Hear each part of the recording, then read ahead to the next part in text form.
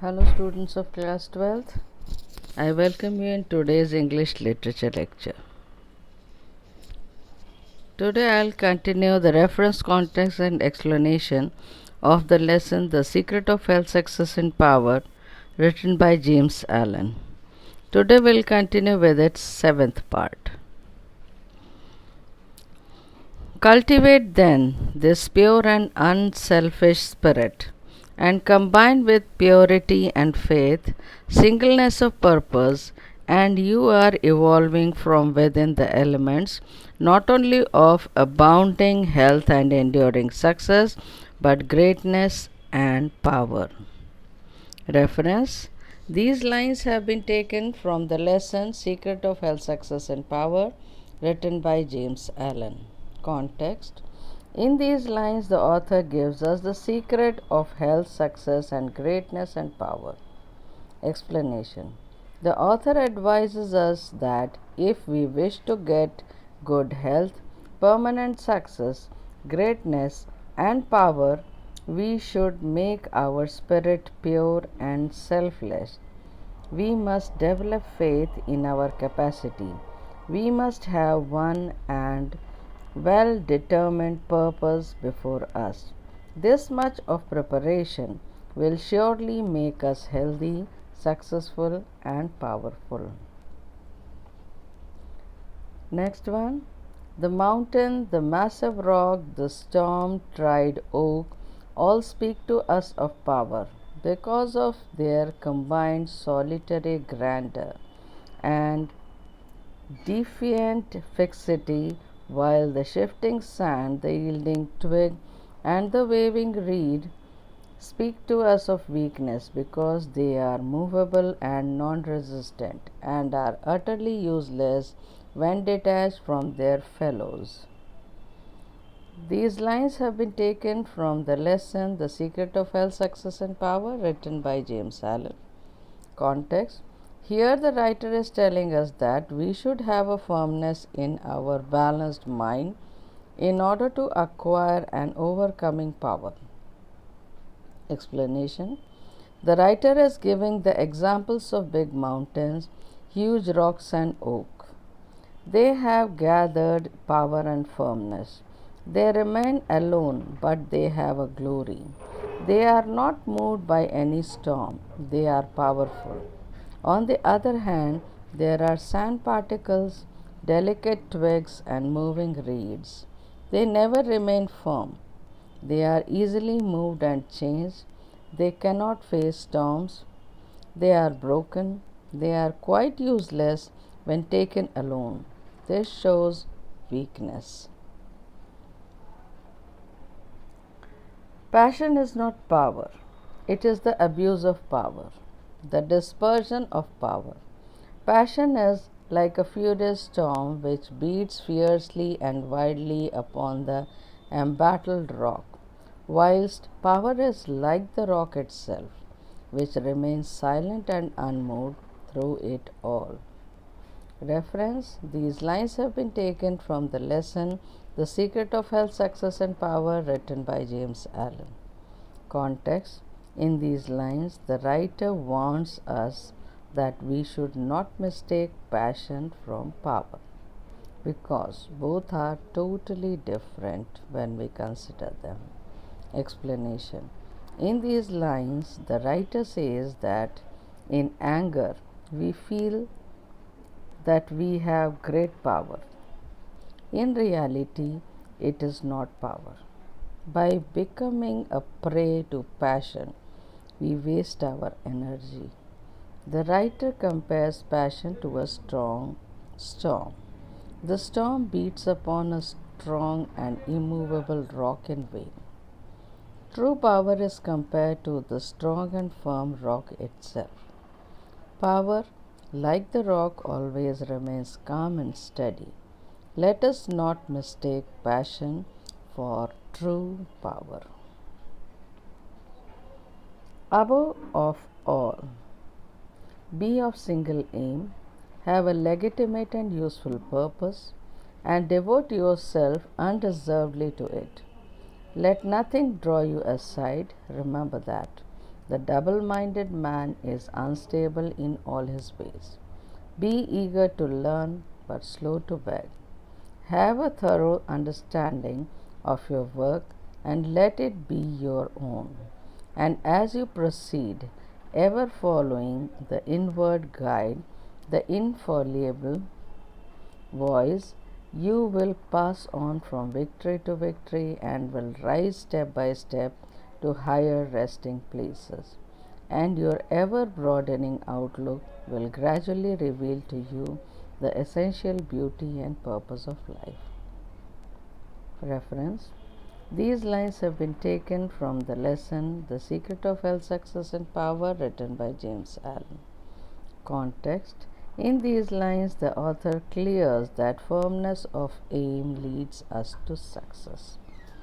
Explanation: the writer advises us to have only one but firm aim. The aim should be rightly chosen. It should not be a useless aim. After it, we should get fully busy to work for it. Let there be no disturbance in our work. We should not forget our fixed aim for other unimportant targets. If you confuse your one aim for other useless aims, you will go into wrong direction. Always try to know new things. It will help you in being successful, but never depend on others. It will reduce you to a beggar. Be a hopeful worker, but never a beggar. If you want to get success in your work, you must have a full knowledge of the work that is before you. While doing the work, you should care about the guidance of your heart. Then you will develop by and by. Your outlook will be broad and you will be the beauty of life. Your success, your failure, your influence, your whole life you carry about with you, for your dominant trends of thought are the determining factors in your destiny. Send forth living, stainless, and happy thoughts, and blessings will fall into your hands, and your table will be spread with the cloth of peace.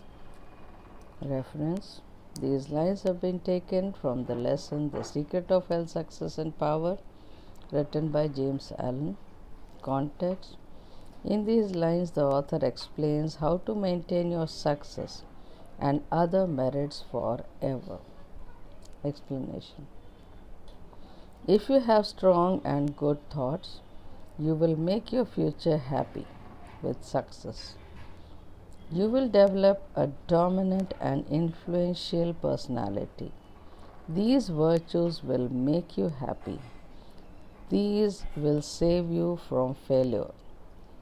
You should keep yourself lively, free from shameful acts, and keep healthy ideas in your mind. It will make you full of blessings and joy. You will find peace all about you. Whatever your task may be, concentrate your whole mind upon it. Throw into it all the energy of which you are capable. The faultless completion of small tasks leads inevitably to larger tasks. See to it that you rise by steady climbing, and you will never fall. And herein lies the secret of true power. Reference: these lines have been taken from the lesson The Secret of Health, Success and Power, written by James Allen. Context: in these lines, the writer advises us to use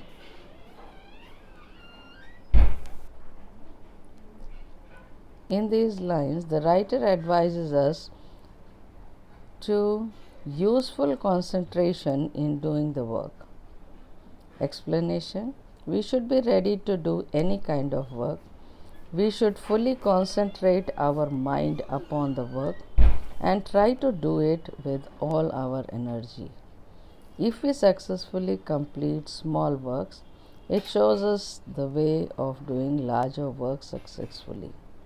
A man develops step by step, then he acquires great heights, then he will never fail. Thus, we can use our capacity and we can become men of power. This is the secret of true power. If you have not this power, you may acquire it by practice, and the beginning of power is likewise the beginning of wisdom. You must commence by overcoming those purposeless trivialities to which you have hitherto been a willing victim. Boistering and uncontrolled laughter, slender and idle talk, and joking merely to raise a laugh, all these things must be put on one side as so much waste of valuable energy. Reference: these lines have been taken from the lesson The Secret of Health, Success and Power, written by James Allen. Context: in these lines, the author is advising us that we can attain power if we can save our energy. Explanation: the power of a man makes him fit to command. One can attain such power by regular practice. We should use our resources properly. The man becomes powerful step by step in the same way as he becomes wise by and by. Sometimes we waste our energy on unimportant matters. We should keep ourselves away from such habits. Laughing loudly, making noise, talking about defaming others, or wasting time on useless talking and making jokes only for laughing are unimportant activities. We should not waste our valuable energy on such things. So, children, today I have completed almost all the important paragraphs of this lesson for reference, context, and explanation. In my next lecture, I shall come with short question and answers of this lesson. So, for today, this much only. Thank you, children.